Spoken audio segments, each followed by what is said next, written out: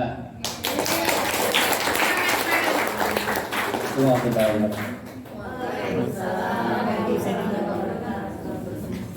warahmatullahi wabarakatuh. Alhamdulillah, puji dan syukur kita panjatkan kehadiran Allah Subhanahu wa taala yang mana telah memberikan kesehatan dan kesempatan kepada kita agar kita dapat berkumpul pada kegiatan hari ini. Mohon izin kami akan mendesimasikan aksi nyata modul 1.4 kami. Tak lupa salawat dan salam kita sampaikan kehadiran Nabi Muhammad SAW. Allahumma sholli ala sayyidina Muhammad wa ala ali sayyidina Muhammad, yang telah membawa kita dari kegelapan menuju alam yang terang-benderang penuh kecanggihan teknologi saat ini. Menambah keberkahan acara pada hari ini, kami mohon kepada Pak Manan untuk bacakan doa. Kepada Pak Manan saya persilakan. Bismillahirrahmanirrahim. A'udzubillahi minasyaitonirrajim. Bismillahirrahmanirrahim. Alhamdulillahirabbil alamin. Hamdan syakirin, hamdan yuwafi ni'amahu wa yukafi masidah. Ya Rabbana lakal hamdu kama yanbaghi sultan. Allahumma shalli ala sayyidina Muhammad wa ala ali sayyidina Muhammad. Allahumma inna nas'aluka salamatan fid din wa afiyatan fil jasad wa ziyadatan fil ilm wa barakatan fil rizqi wa thabatan fil maut wa rahmatan fil maut wa maghfiratan fil maut. Allahumma rabbana atina fid dunya hasanah wa fil akhirati hasanah wa qina adzabannar. Subhana rabbika rabbil izzati amma yasifun wa salamun alal mursalin walhamdulillahi rabbil alamin. Memperpanjang waktu kita akan langsung masuk ke materi designasi kita dengan judul budaya positif. Kami akan menyampaikan materi secara bergantian. Yang pertama kami persilakan kepada Ibu Sarifah Aini. Ibu Sarifah Aini. Bismillahirrahmanirrahim. Assalamualaikum warahmatullahi wabarakatuh. Waalaikumsalam warahmatullahi wabarakatuh. Tolong dijawab seperti saya mengajar anak saya di kelas. Halo, apa kabarmu? Alhamdulillah, kami senang, kami sehat, luar biasa. Oke, terima kasih. Tadi kita sudah mendengarkan rapat, jadi saya minta sekarang Bapak Ibu untuk berdiri. Mohon maaf, Bapak Ibu untuk berdiri. Kita ice breaking sebentar. Walaupun ini sudah biasa kita lakukan kepada anak-anak kita, tapi tidak ada apa-apa, kita juga melakukannya hari ini. Ya, Bu Bintik hafal nih lagunya ya. Tangannya ke kanan, digerak-gerakkan. Tangannya ke kiri, digerak-gerakkan. Tangannya ke depan, digerak-gerakkan. Tangannya disilang, jempol digoyang. Sekali lagi ya Bu. 1, 2, 3. Tangannya ke kanan, digerak-gerakkan. Tangannya ke kiri, digerak-gerakkan. Tangannya ke depan, digerak-gerakkan. Tangannya disilang, jempol digoyang, ting-ting. Terima kasih banyak, alhamdulillah. Terima kasih Bapak Ibu untuk breakingnya hari ini. Baik, Bapak Ibu, izinkan saya dan rekan-rekan saya menyampaikan desiminasi aksi nyata modul 1.4 mengenai budaya positif. Sekali lagi saya mohon maaf, bukan kami berempat ini lebih pandai dari Bapak Ibu, tapi ini kami diberikan kesempatan oleh PGP, Pelatihan Pendidikan Guru Penggerak, untuk mendesiminasikan budaya positif ini ke sekolah. Jadi sekali lagi kami ucapkan mohon maaf, bukan kami menggurui Bapak Ibu, tapi ini hanya berbagi informasi. Jika nanti apa yang kami berikan ini baik, mudah-mudahan bisa kita terapkan untuk sekolah kita, karena kita tadi dari akreditasi kemarin juga kita disuruh untuk meningkatkan budaya positif yang ada di sekolah kita. Bapak Ibu, saya akan mulai. Ini kami alhamdulillah di Tanjung Jabung Barat ini CGP-nya yang terbanyak dari SMP Negeri 2 Kuala Tunggal, sehingga kami diberikan suatu keistimewaan boleh berkolaborasi berempat untuk menyampaikan diseminasi ini. Salam guru penggerak, salamnya adalah salam dan bahagia. Jadi di guru kepada kita semua yang ada di sini, apakah kita setuju dengan pernyataan berikut ini? Yang pertama, apakah hukuman itu dapat mendisiplinkan anak? Bagaimana menurut Bapak Ibu? Apakah kita setuju untuk poin yang pertama? Setuju. Kita lanjut poin yang kedua, pemberian hukuman dengan hal positif seperti membaca atau membersihkan halaman sekolah itu dapat meningkatkan disiplin anak. Apakah kita setuju? Oke, kita setuju juga yang poin kedua. Kita masuk poin ketiga. Memberi penghargaan dapat meningkatkan motivasi anak belajar. Setuju, kita sering ya melakukan ini semua. Kalau anak dapat nilai 100, kita kasih beng-beng atau kita kasih silver pen dengan harapan anak itu bisa termotivasi lagi untuk lebih baik. Ini Bapak Ibu ada 6 topik yang akan kami diseminasikan hari ini. Yang pertama adalah disiplin positif dan nilai kebajikan universal. Sampai ke 6 nanti akan dibagi. Saya akan poin yang pertama. Nah, Bapak Ibu, disiplin positif dan nilai-nilai kebajikan universal. Tadi kita rapat juga membicarakan masalah disiplin. Nah, apa itu disiplin, Bapak Ibu kan? Jadi kita menuntut anak kita untuk disiplin. Sementara kita tidak tahu apa itu disiplin. Nah, kita akan bahas. Nah, sebelumnya Bapak Ibu, saya minta Bu Mia untuk memberikan kertas kepada Bapak Ibu guru semua yang ada di sini. Siapkan penanya Bapak Ibu.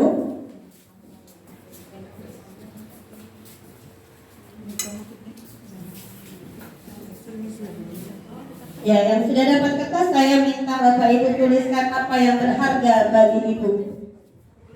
Tuliskan satu kata atau satu kalimat baru yang berharga bagi Ibu dan akan Ibu pertahankan itu. Yang berharga bagi Ibu. Entah itu mobil Ibu, entah itu handphone Ibu, suami Ibu, terserah. Jadi silakan tuliskan yang berharga bagi Ibu dan itu Ibu tulis di kertas.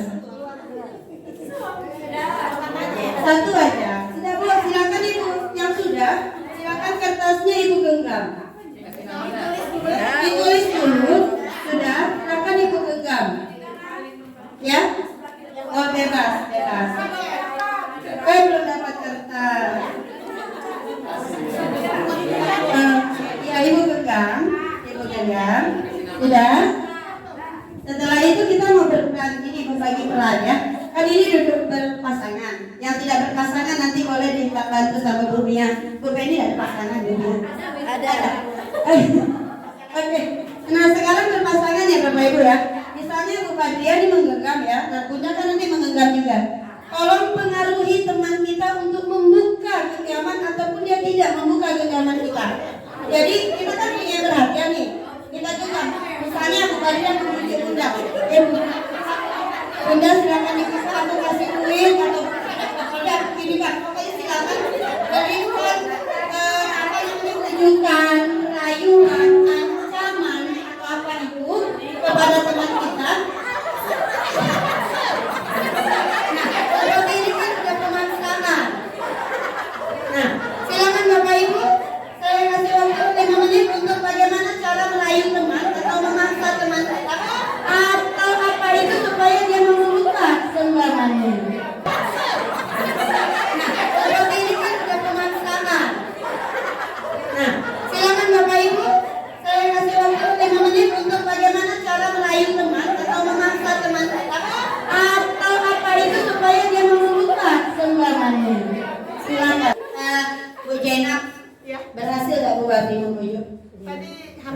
Hampir berhasil.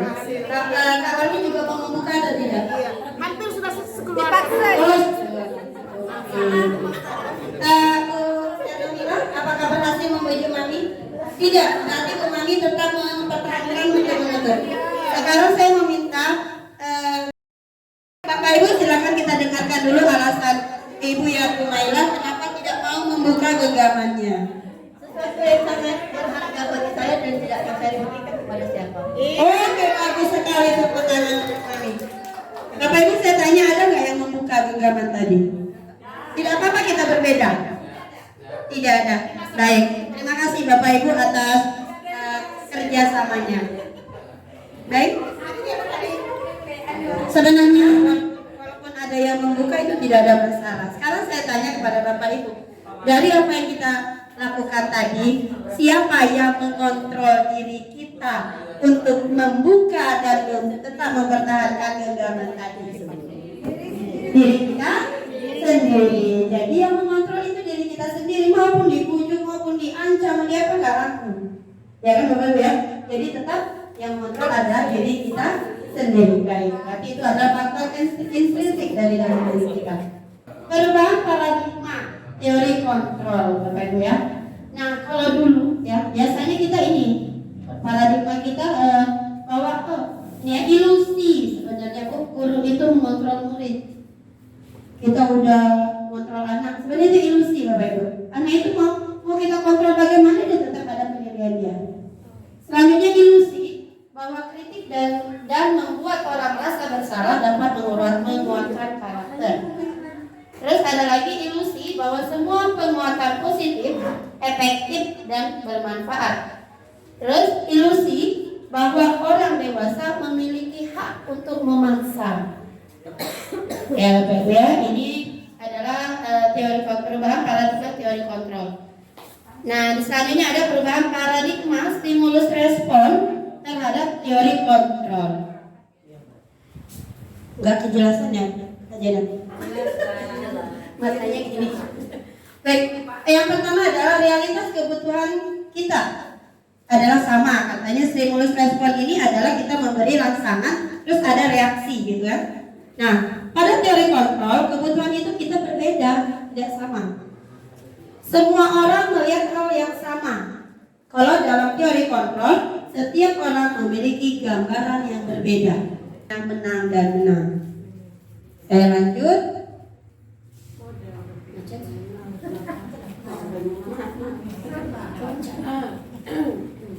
Nah, apa itu makna disiplin? Nah, yang pertama berasal dari bahasa Latin disciplina yang artinya belajar. Saya bacanya sesuai dengan tulisan. Terus ada juga makna disiplin berasal dari kata berkonotasi dengan disiplin diri dari murid-murid itu menurut Socrates and Plato, gitu ya. Selanjutnya disiplin itu adalah disiplin diri membuat orang menggali potensinya menuju sebuah tujuan. Apa yang ia hargai. Namun dalam budaya kita, makna kata disiplin telah berubah menjadi sesuatu yang dilakukan seseorang pada orang lain untuk mendapatkan kepatuhan. Kecenderungan umum adalah menghubungkan kata disiplin dengan ketidaknyamanan, bukan dengan apa yang kita hargai atau pencapaian suatu tujuan mulia. Jadi itulah makna dari disiplin. Nah, selanjutnya Bapak Ibu ada nilai-nilai kebajikan universal. Sebenarnya ini ada 6 lembaga, ya lembaga, tapi kami tampilkan di sini adalah sesuai dengan tujuan pendidikan nasional yang tahun ini sekarang ini adalah menuju profil pelajar Pancasila. Sehingga nilai kebajikan yang kami tonjolkan di sini adalah profil pelajar Pancasila. Bapak Ibu, apa itu nilai-nilai kebajikan? Di sini adalah sifat-sifat positif manusia yang merupakan tujuan mulia yang ingin dicapai setiap individu. Nilai-nilai tersebut bersifat universal dan lintas bahasa, suku, bangsa, agama maupun latar belakang. Jadi itulah makna dari nilai-nilai kebajikan.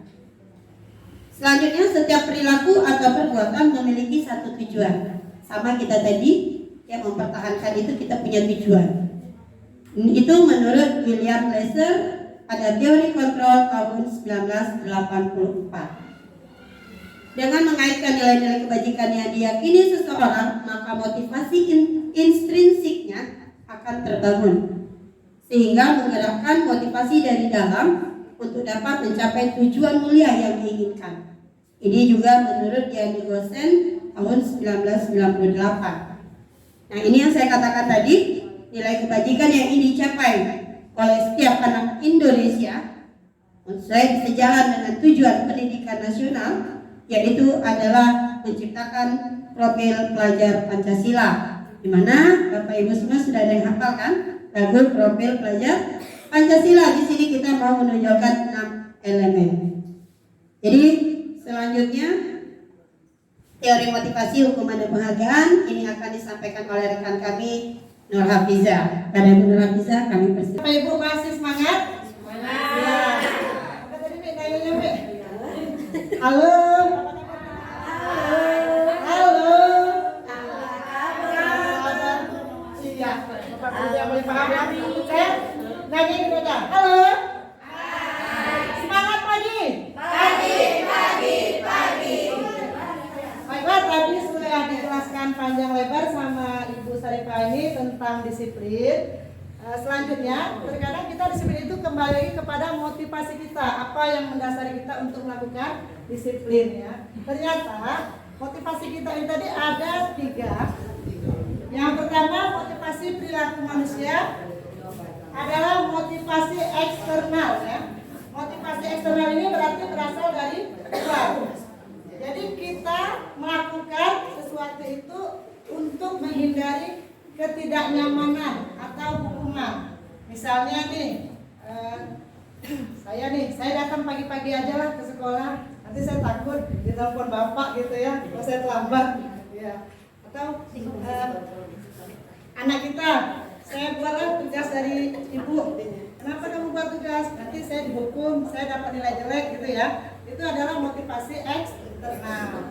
Kemudian yang selanjutnya termasuk motivasi eksternal juga adalah motivasi untuk mendapatkan imbalan atau penghargaan.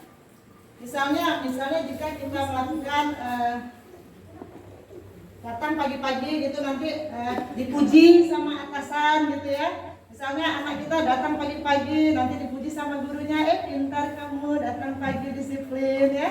Itu adalah motivasi eksternal juga. Biasanya memang kebanyakan kita adalah motivasi itu ya untuk mendapatkan sesuatu. Kemudian yang ketiga adalah motivasi internal, yaitu untuk menghargai diri sendiri. Jadi kalau motivasi internal ini lebih dari dalam diri kita. Saya akan menjadi orang yang seperti apa jika saya berbuat demikian. Jadi kita berusaha, misalnya saya mau mencobalah datang lebih cepat, atau saya datang disiplin tepat waktu ke kelas, supaya nanti anak didik saya, anak murid tadi melihat saya datang cepat, lama-lama dia akan malu kalau dia datang lambat gitu ya, Pak Ibu ya. Memang sebenarnya motivasi ini agak dekat juga dengan paksaan kalau menurut saya ya. Jadi misalnya nih, tujuan saya pertama sekali ikut CGP ini, ya jujur saya katakan saya hanya mementingkan motivasi eksternal. Saya mengejar sertifikat pelatihan 360 jam. 360 jam itu kalau diangkat kredit bisa 10 sampai 11. Jadi saya bisa aman beberapa tahun ke depan untuk tidak mengikuti pelatihan. Ya, dan saya bisa naik pangkat gitu, lebih cepat gitu ya, Pak Ibu ya. Selain itu juga kemarin katanya ada iming-iming, sertifikatnya ini berlaku untuk menjadi pengawas. Ya, harapannya kan ada kenaikan karir gitu ya kalau saya ya. Jadi harapannya tidak mentok sebagai guru walaupun tidak mulut-mulut ya. Saya berharap ini mau menjadi pengawas ke depannya.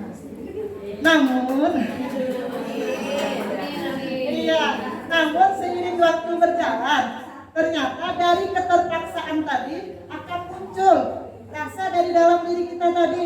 Setelah saya lalui semua proses, saya ikuti semua materi CGP, kita selesai satu modul sudah ya Miss ya? Ya, selesai satu modul, di sana ada refleksi diri Bapak Ibu. Jadi di refleksi diri tadi ada memang pembelajaran yang untuk mengilhami kita sebagai guru, bahwa guru itu memang betul-betul profesi yang penuh penghargaan. Jadi kita menyadari kita ini mendidik manusia untuk memanusiakan manusia tersebut. Ya. Jadi lambat laun motivasi internal itu muncul sendiri. Jadi dari keterpaksaan akan melahirkan motivasi internal kalau menurut saya. Sama juga Bapak Ibu seperti kita beribadah ya Bapak Ibu ya. Mohon maaf kalau misalnya ibu-ibu yang rajin tahajud atau rajin puasa Senin dan Kamis gitu ya. Itu awal-awalnya kan kalau sholat tahajud ini kan banyak ya penghargaan dari Allah ya, pasti ya. Katakan kita kejar itu dulu ya.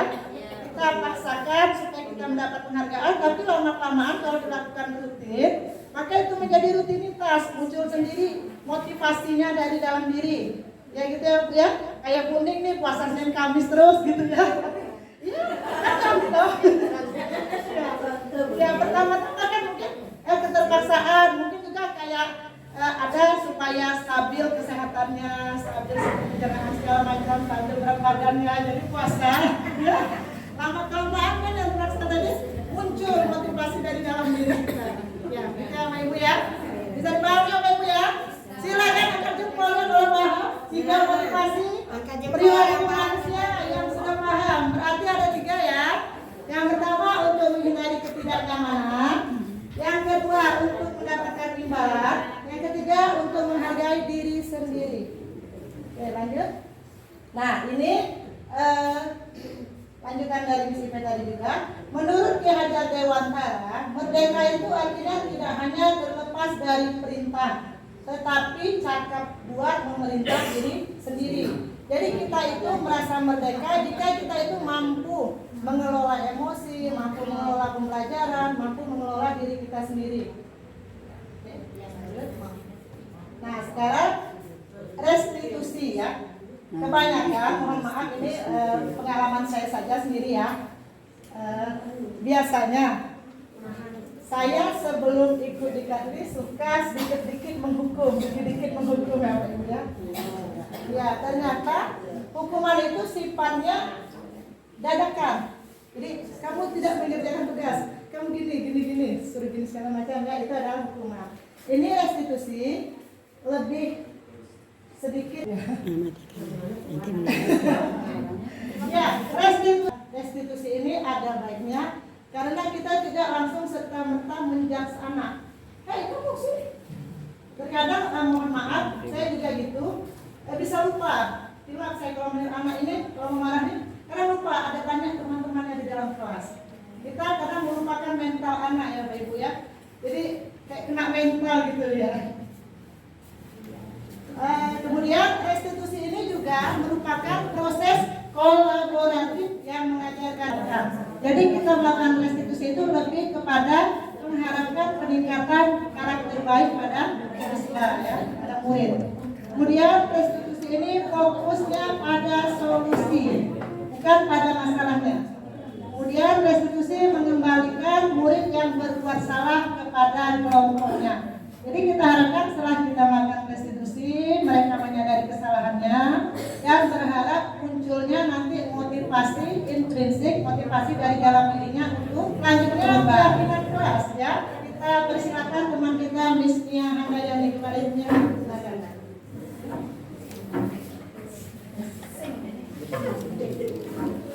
Ya, terima kasih kepada Miss Evi yang giliran saya Bapak Ibu untuk menyampaikan materi tentang keyakinan kelas.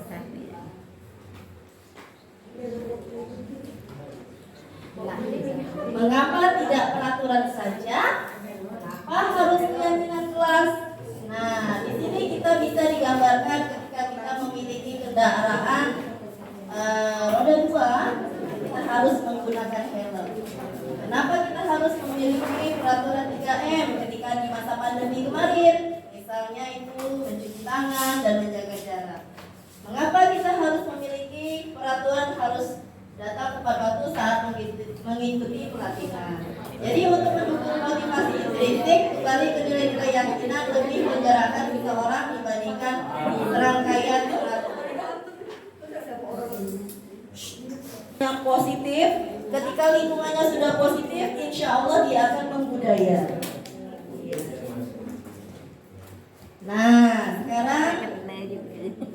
Kalau kita lihat nih dari dua ini, menurut Bapak Ibu yang mana peraturan, yang mana keyakinan?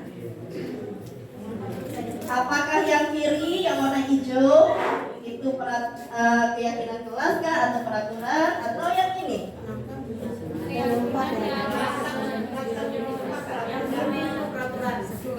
Oh iya. Oke, yang hijau peraturan, yang kanan keyakinan kelas. Oke. Kira-kira apa sih alasannya? Kenapa memilih? Bisa Bunda? Kalau yang hijau ya. itu dikatakan apa tadi, peraturan karena itu di situ di dalamnya isinya tata tertib. Tetapi kalau yang di sebelah kanan itu kesepakatan kelas itu lebih kepada keyakinan kelas karena ada kerjasama antara kedua-duanya ada di dalamnya. Oh ya, antara guru terangkum dengan ya. ada. Jadi misalnya datang tepat waktu itu kepada mungkin yang bisa simpulkan kami adalah murid yang bersemangat seperti itu. Kemudian berdoa sebelum pelajaran aktif dan berjalan tertib. Misalnya kami dan guru saling menyayangi, berarti tidak ada perkelahian di dalam kelas tersebut. Iya. Oke. Jadi memang kesepakatan kelas ini atau keyakinan kelas ini dia sifatnya lebih abstrak. Dia tidak per poin, dia lebih abstrak. Kemudian jumlahnya lebih sedikit. Kadang-kadang nih kita di peraturan bacanya 1, 2, 3, 4 sampai 10 sehingga Anda tuh bingung pula menghafalkan peraturannya. Kalau misalnya pakai keyakinan kelas hanya 3 buah dan itu merangkum semuanya sehingga anak lebih menyadari, kemudian lebih mudah untuk mengingat. Misalnya kami guru dan murid yang saling menyayangi, berarti tidak ada kata-kata kasar di dalam kelas, tidak ada ejekan, tidak ada bully. Kemudian kami murid yang bersemangat belajar, aktif dalam pembelajaran. Ketika diminta oleh guru untuk mempresentasi, itu langsung bersemangat dan lain-lain.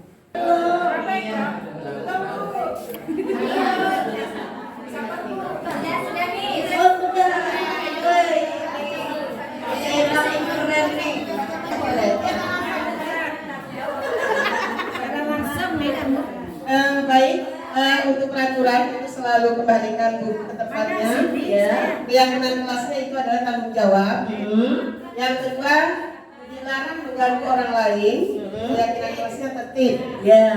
Ketiga, hadir di sekolah 15 menit sebelum pembelajaran dimulai, disiplin. Keyakinan kelasnya. Ya. Keempat, dilarang melakukan kekerasan. Saling menyayangi.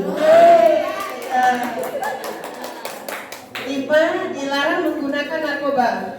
Pola hidup sehat. Oke. 6, bergantian atau menunggu giliran. Budaya antri. Ya.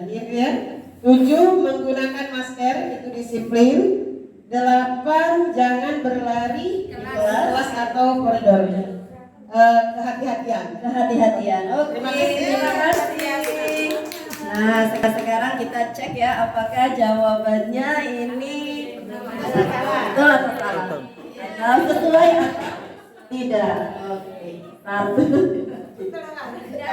Iya. Jadi hampir semuanya benar ya.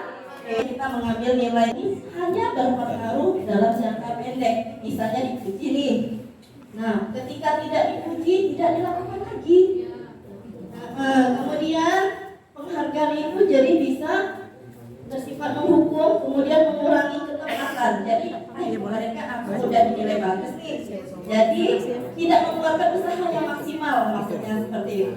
Kemudian bisa merusak hubungan. Ketika misalnya saya memuji Huzainah hari ini cantiknya bungasnya, gitu ya. Kemudian ada mungkin yang lain jangan terus yang dipuji, apa tidak bisa juga, gitu ya. Jadi ternyata ketika kita memuji anak, nah ini ketua kelas nih, Tony nih paling pintar nih, paling rajin nih, kawan-kawannya Tony terus. Padahal yang lain itu dipuji juga. Jadi ketika itu maka pujian bersifat menjadi negatif. Kemudian penghargaan menurunkan kualitas. Nah ini tadi ya, ketika kita sudah diberi penghargaan, oh itulah sudah batas tertinggi kita, sehingga udahlah mentok di sini aja lah, nggak usah lagi, sudah zona nyaman. Jadi nggak perlu ada perubahan, berubah, sudah nyaman gini kok. Kemudian penghargaan dan mengurangi motivasi intrinsik. Ya memang gini, ketika saya mengalami sendiri Bapak Ibu, ketika ada anak murid yang konsekuensi. Apakah mengelilingi lapangan basket 2 kali karena terlambat hadir di sekolah itu termasuk hukuman kah atau konsekuensi?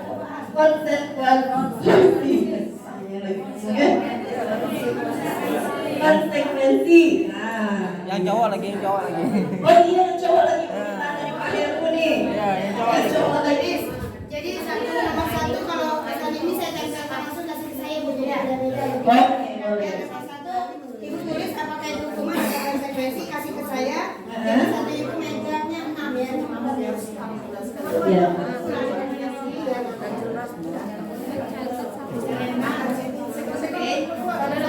Satu-satu.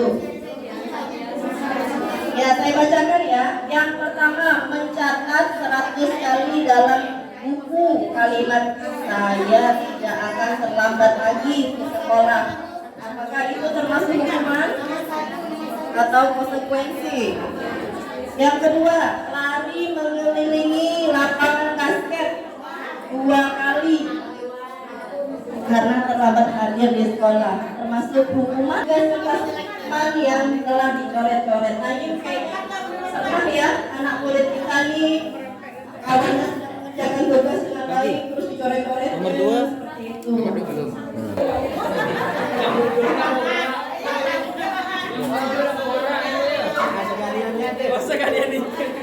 Ayo Ustaz.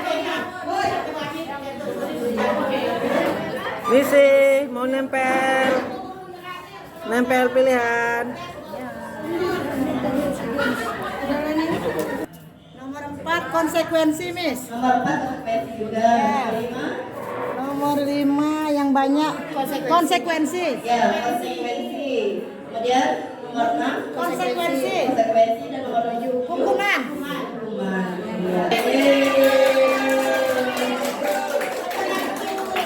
Iya. Mungkin untuk nomor 7 ya, lari mengelilingi lapangan basket karena apa ini konsekuensi?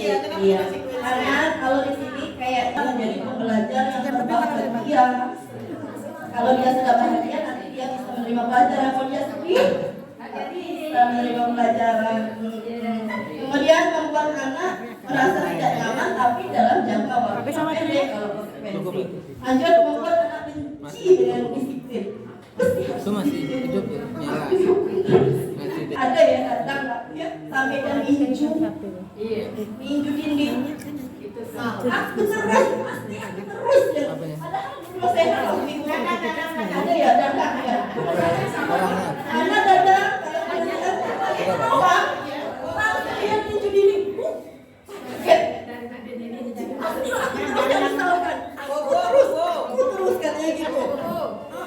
Itu ya. Jadi dia itu sehingga karena mungkin kita terlalu pada saat itu kita belum paham, jadi kita sering memberikan hukuman.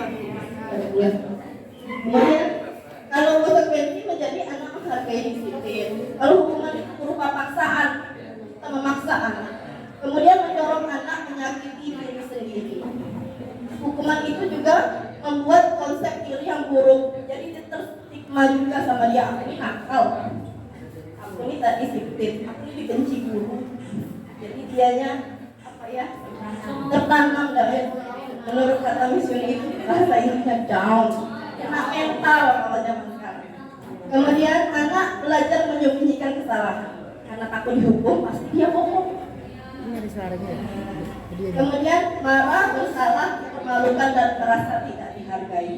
Nah biasanya kita ini kelepasan seperti kata Miss Evi, ketika kita menghukum anak tuh di depan kawan-kawan, di depan orang ramai. Padahal anak itu sama seperti kita mempunyai rasa untuk dihargai, kebutuhan untuk disenangi oleh teman-temannya. Jadi kalau misalnya konsekuensi ini memang dia kehilangan hak, dibuat tidak nyaman, diasingkan untuk sementara, tapi hanya berlakunya sementara. Karena dia tidak menyadari itu adalah konsekuensi yang harus dia tanggung. Seperti tadi mengganti kertas yang dia coret. Saya mulai untuk itu saya ice drinkingnya pantun saja. Iya. Karena itu di CGB kalau dari Jambi itu pasti diminta ice drinkingnya pantun dulu Bu, pantun. Nah, ya. Ini baru dapat. Jalan-jalan ke Paret 2. Beli ikan dari hasil terumbu. Cakep. Bapak Ibu hebat SMP 2. Yuk kita lanjutkan ke posisi kontrol guru yang tiga teman saya sampaikan tadi. Jadi alangkah banyaknya sudah kesalahan kita lakukan dalam menumbuhkan budaya disiplin positif pada siswa. Kalau kami di CGB namanya murid, pada murid ternyata banyak langkah-langkah salah yang telah kita lakukan. Jadi saya akan sedikit memberi penguatan. Sekali lagi Bapak Ibu, kami berempat bukan mengajari, akan tetapi hanya berbagi, sharing informasi tentang budaya positif sehingga nantinya bisa kita terapkan di sekolah kita. Jadi tidak akan ada lagi yang namanya hukum dan lain sebagainya. Oke, jadi pada dasarnya ada 5 posisi kontrol guru. Ya, pertama ada penghukum, itu bahasa Inggrisnya punisher. Kemudian ada pembuat rasa bersalah, itu wielder. Kemudian ada teman, buddy, teman. Kemudian ada pemantau atau controller atau pemantau. Kemudian ada manager, pengawas. Nah, posisi mana kita sering berada? Coba kita lihat dulu. Oke, jadi ada 5 posisi kontrol yang pada dasarnya pertama motivasinya itu nanti kita bisa lihat ada guru berbuat, berkata dan lain sebagainya, ada contoh-contohnya Bapak Ibu.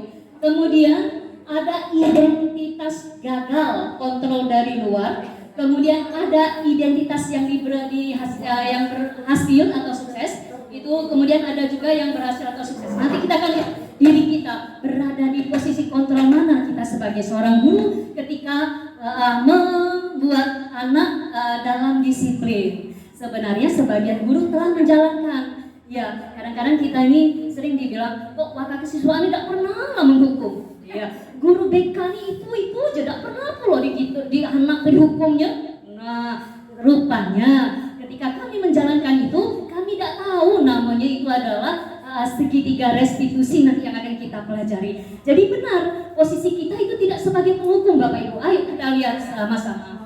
Kemudian kita lihat dari posisi penghukum dan pembuat orang merasa bersalah. Berarti ini menghindari hukuman, ya. Guru berbuat. Nah, ciri-cirinya penghukum itu menghardik, menunjuk-nunjuk, menyakiti dan menyindir. Nah, sering kita lakukan. Iya. Ya, itu sebagai posisi kontrol sebagai penghukum. Kemudian guru berkata, kalau kamu tidak melakukan, awas ya, saya akan apakan kamu. Nah, itu juga penghukum ya. Kemudian ada hasilnya pada anak jelas memberontak, menyalahkan orang lain untuk berbohong. Kemudian kajiannya dengan dunia berkualitas, murid meletakkan guru di luar dunia berkualitas. Jadi kalau kita penghukum nih sebenarnya udah dipandang sama siswa Bapak Ibu, habis dihukuman pula. Ya, sudah dia melaksanakan hukuman, malah kadang-kadang dendam dengan kita. Nah, berikutnya adalah murid berkata, biarkan saja, nanti juga marah-marah lagi. Iya, gitu kan? Iya betul. Iyalah, katanya nanti dia tuh bakal marah lagi lah Ibu. Oke. Kemudian, karena posisi sebagai penghukum, apa yang dilaksanakan tadi udah habis hukuman, besok-besok tak jerah belum, masih juga itu juga. Nah, masih juga dilakukan. Iya, karena kita tadi salah kontrol berarti. Next, berikutnya, membuat orang merasa bersalah. Ini builder. Ini paling juga sering kita tuh senang ya nih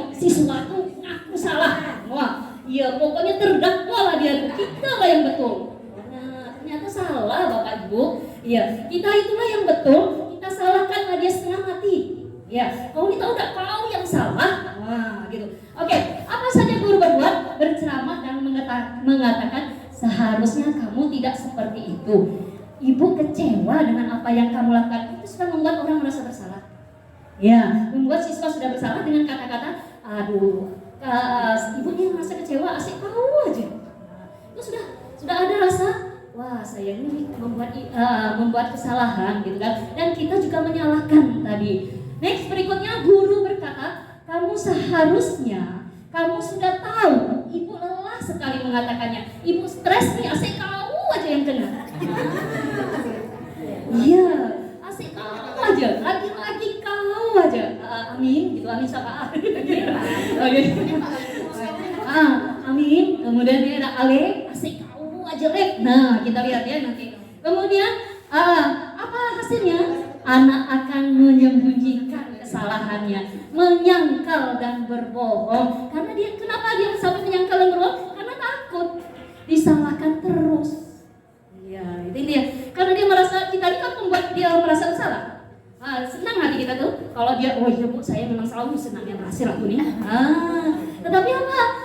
Hasilnya nanti dia akan menyembunyikan kesalahan yang dilakukannya. Kemudian dia akan menyangkal dan berbohong tentang apa yang dilakukannya. Berikutnya, murid meletakkan guru di dalam dunia berkualitas. Kemudian jelas, kemudian murid akan berkata, maaf ya bu, maafkan saya bu, gitu kan ada jelas itu. Kemudian, karena tadi dianggap sebagai pembuat kesalahan, rendahlah diri anak murid kita. Iya betul, asik aku aja yang berbuat salah. Jadi kita berkeyakinan ketika kita membuat salah siswa, apakah itu akan menjadikan hasil yang terbaik? Ternyata tidak. Anak malah akan merasa rendah diri, sering disalahkan, apalagi menyalahkannya di depan orang ya, gitu ya. Tambah dong tadi, oke. Nah, jadi hindari Bapak Ibu sebagai hukum dan pembuat orang merasa bersalah. Nah, untuk level aman, ini masih level aman tapi belum bagus gitu. Kita bisa sebagai memposisikan kita sebagai posisi kontrol dalam mendekatkan disiplin positif adalah teman dan pemantau. Ini masihlah levelnya masih bisa lah diajak ya.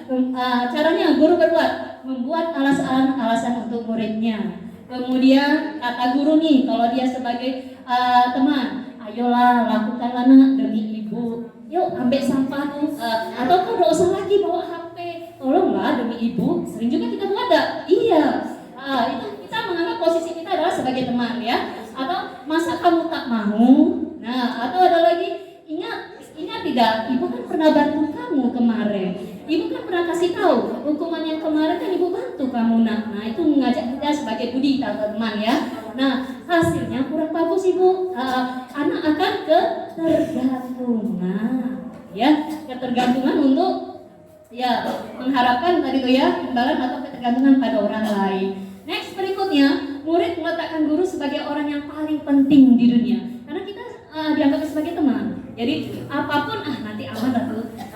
Contohnya saya kan ngebujain aku berteman tuh kalau dinasehati dialah saat itu. Nah kemudian dia pengen lagi melakukan kesalahan, tergantung lagi. Nanti kan ada teman saya yang akan menasehati saya. Jadi kita dianggapnya bukan guru tapi teman, ya. Kemudian saya pikir bapak ibu teman saya ternyata begitu. Nah itu kalau seandainya kita masih menyalahkan dia masih berbuat salah, kemudian dia akan merasa kecewa ibu. Dia berharap temannya itu akan terus menjaga dia, tidak memberi hukuman dan lain sebagainya gitu kan, tapi menjaga posisi dia karena sebagai teman tadi. Nah ketika kita tidak lagi posisinya sebagai teman, apa yang didapat anak? Kecewa. Nah kecewanya ternyata Ibu Jainal tadi tidak bisa diajak kawan.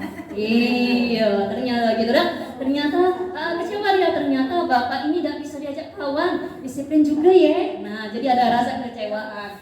Kemudian, dampak bagi murid karena tadi kita menganggap mereka sebagai teman, dampaknya lemah, tidak menahan diri dan ketergantungan. Jadi sama kita dia, karena dia sangat teman, dia membutuhkan kita terus gitu ya. Tapi posisi ini masih bisa lah aman untuknya. Nah kemudian posisi yang agak aman lagi kita sebagai pemantau Bapak Ibu. Nah sebagai pemantau menghitung dan mengukur caranya. Kemudian guru berkata apa peraturannya. Nah seperti ini. saat misalnya siswa kita tuh terlambat ke sekolah, ya.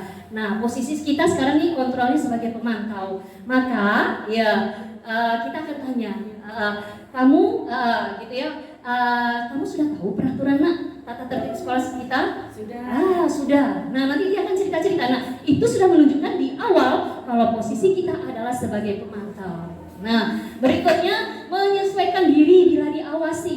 Nah, itu hasilnya. Jadi karena kita memantau terus apa yang dilakukan anak untuk menumbuh kembangkan budaya positif tadi, ya anak merasa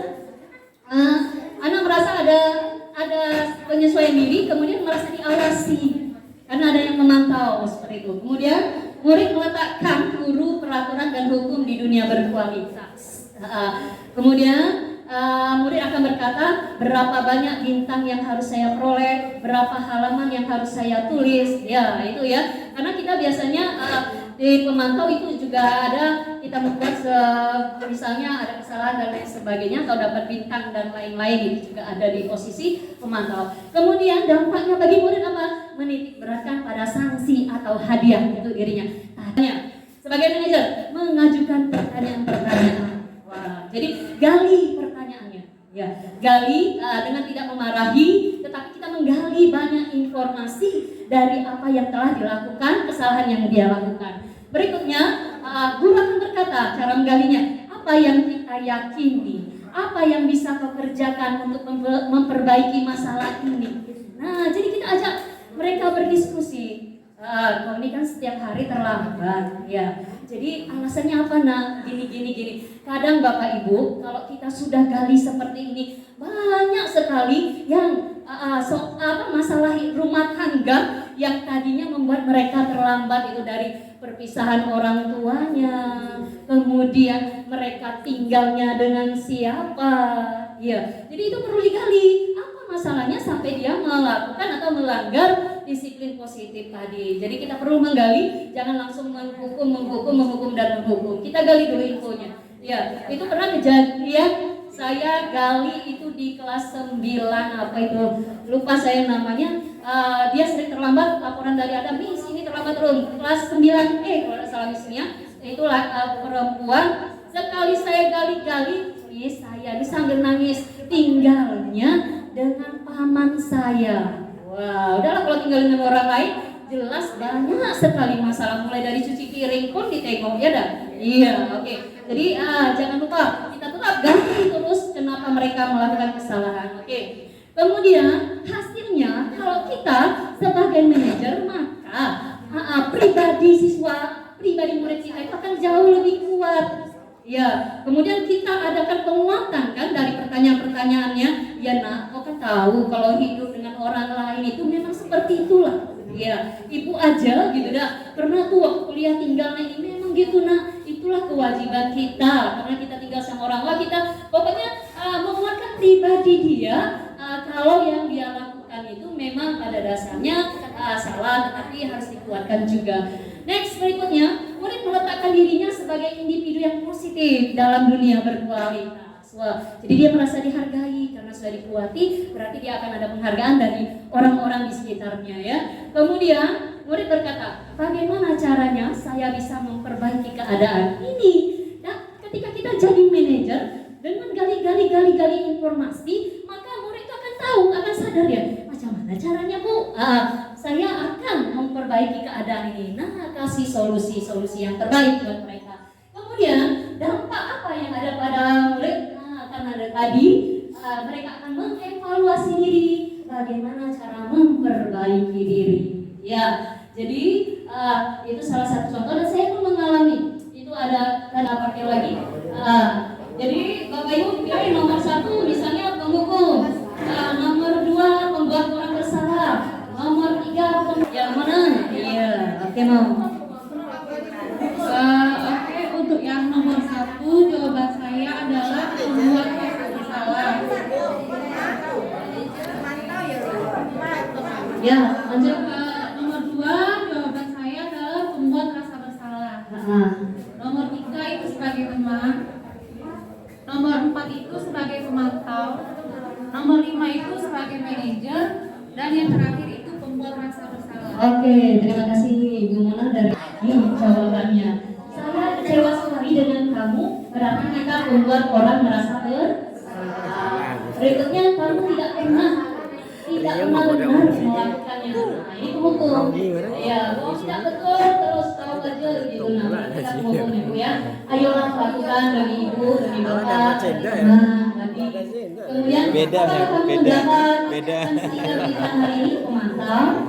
Berikutnya, bagaimana kamu bisa menyelesaikan masalah ini, manajer? Kemudian selalu paling akhir, paling lambat, paling awal. Nah, berarti kita sebagai pembuku.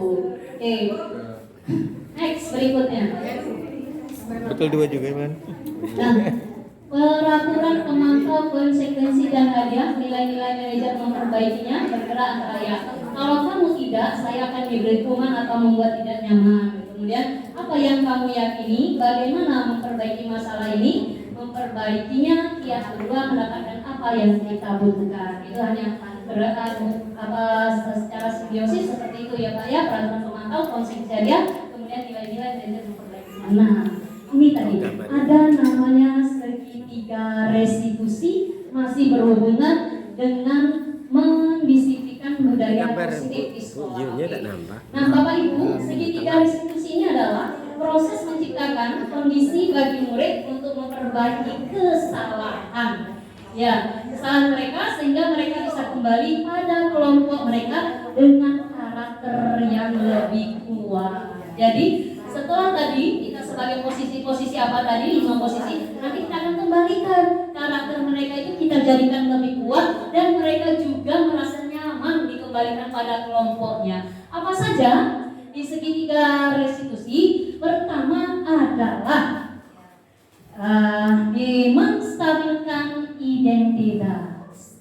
Menstabilkan identitas itu adalah sisi pertama. Ya, setiap orang caranya begini Bapak Ibu, bagaimana kita caranya menstabilkan identitas pada murid kita. Nah, kita bilang, nah setiap orang pasti pernah melakukan kesalahan. Wah, itu sudah membuatnya stabil. Bukan aku ya berarti. Nah, setiap orang pasti pernah melakukan kesalahan. Nah, kamu bukan satu-satunya yang pernah melakukan ini. Nah, ketika Bapak Ibu sudah berkata seperti begitu, maka Bapak Ibu sudah menjalankan segitiga restitusi tadi. Ya, dengan langkah pertama adalah menstabilkan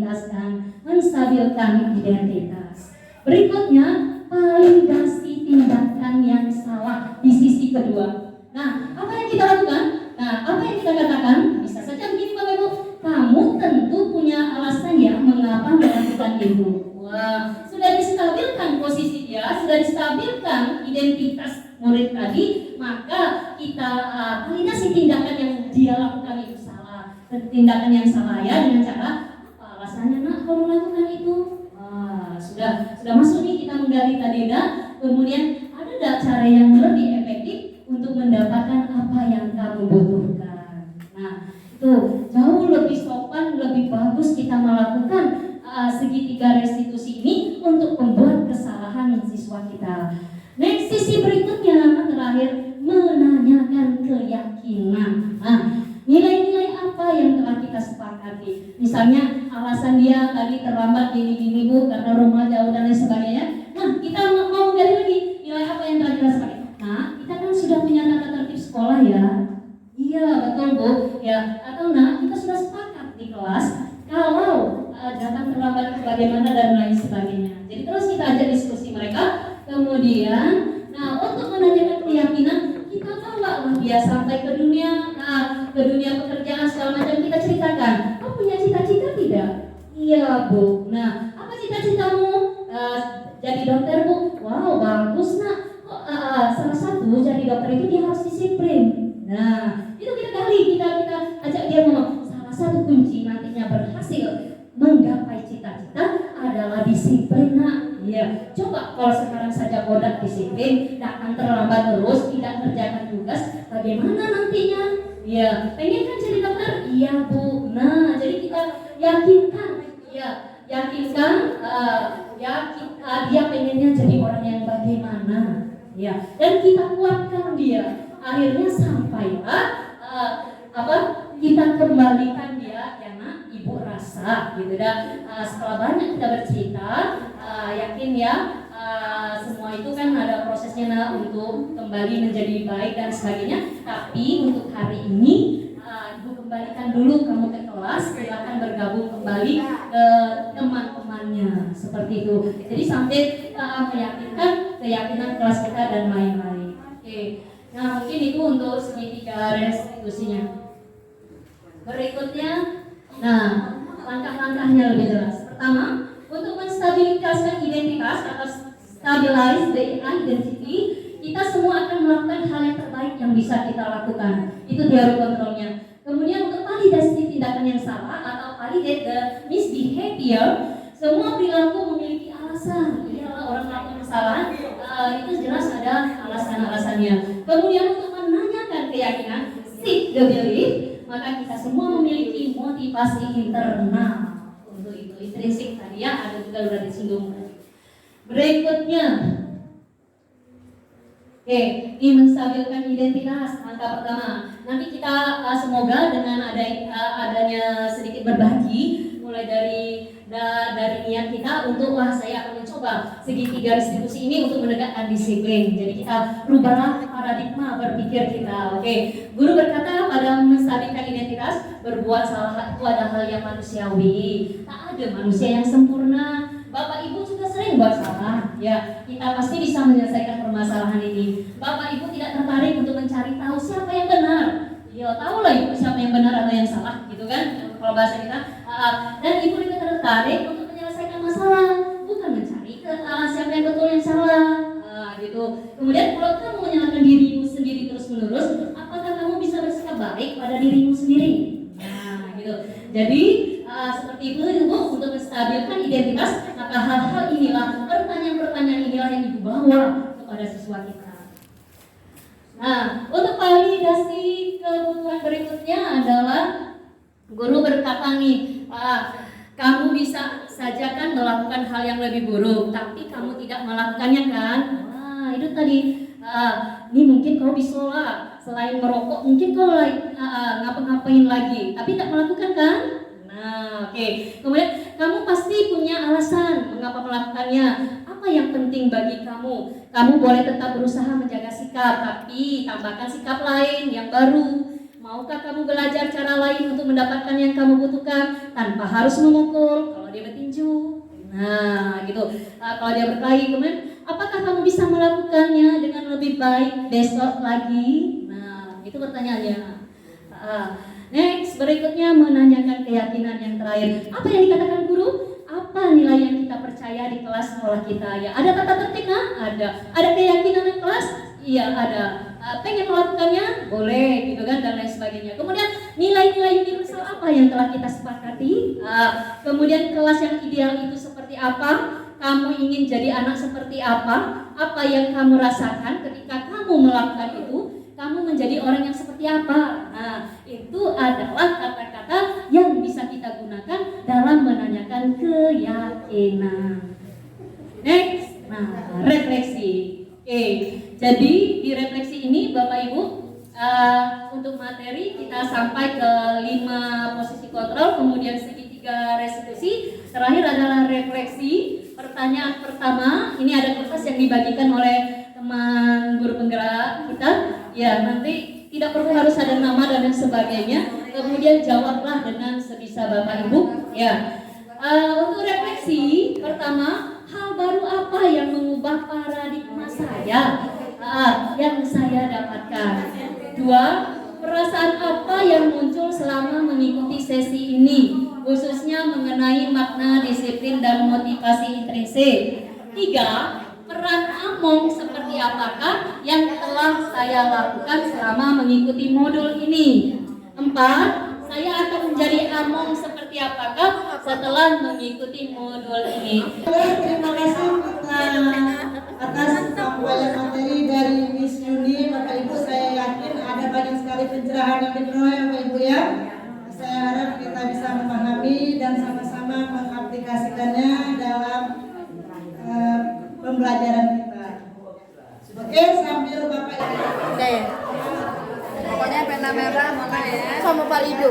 Pak Rido juga ya? Kalau pena merah Pak Rido sama Mona. Ayo lah. Baiklah, terima kasih Bapak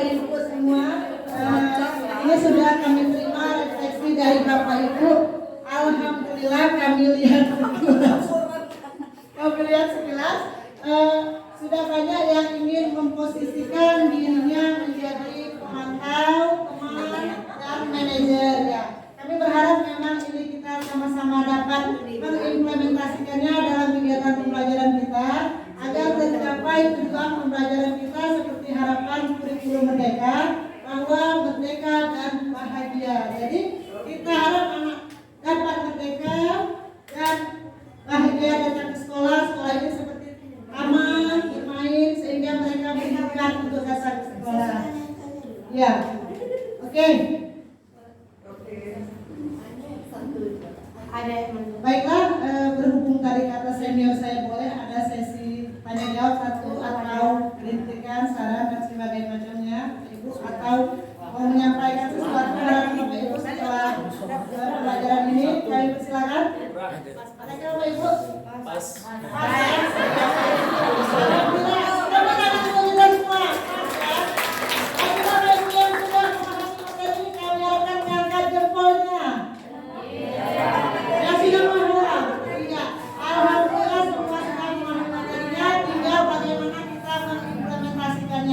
Baiklah Bapak Ibu, saya selaku moderator mengucapkan alhamdulillah, terima kasih banyak atas perhatian dan kesetiaan Bapak Ibu memberikan waktu untuk kami melakukan diseminasi. Apabila ada kata-kata yang salah dari kami berempat, kami mohon maaf lahir dan batin. Semoga kita semua sama-sama menjadi pribadi yang lebih baik lagi ke depannya. Saya akhiri, wabillahi taufiq wal hidayah. Wassalamualaikum warahmatullahi wabarakatuh. 3. Dua lagi ya.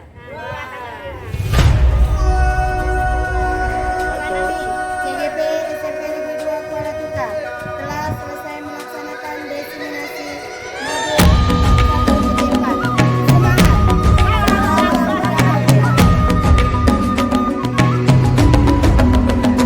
Bangun dan bukalah matamu saat